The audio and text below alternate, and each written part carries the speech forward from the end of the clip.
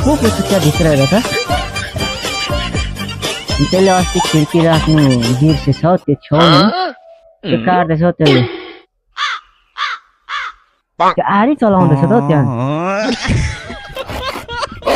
ओइ को आएको ए त्यो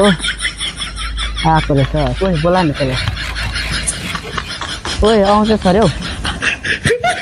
ओइ आइदिन आउँदैन झुन्डिरहेको छ त ला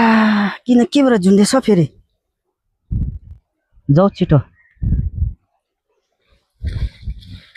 खै आउँदै छैन त झुन्डेको पनि के भन्छ हौ तेरि हौ बिहारमा पो झुन्डेर बसेको रहेछ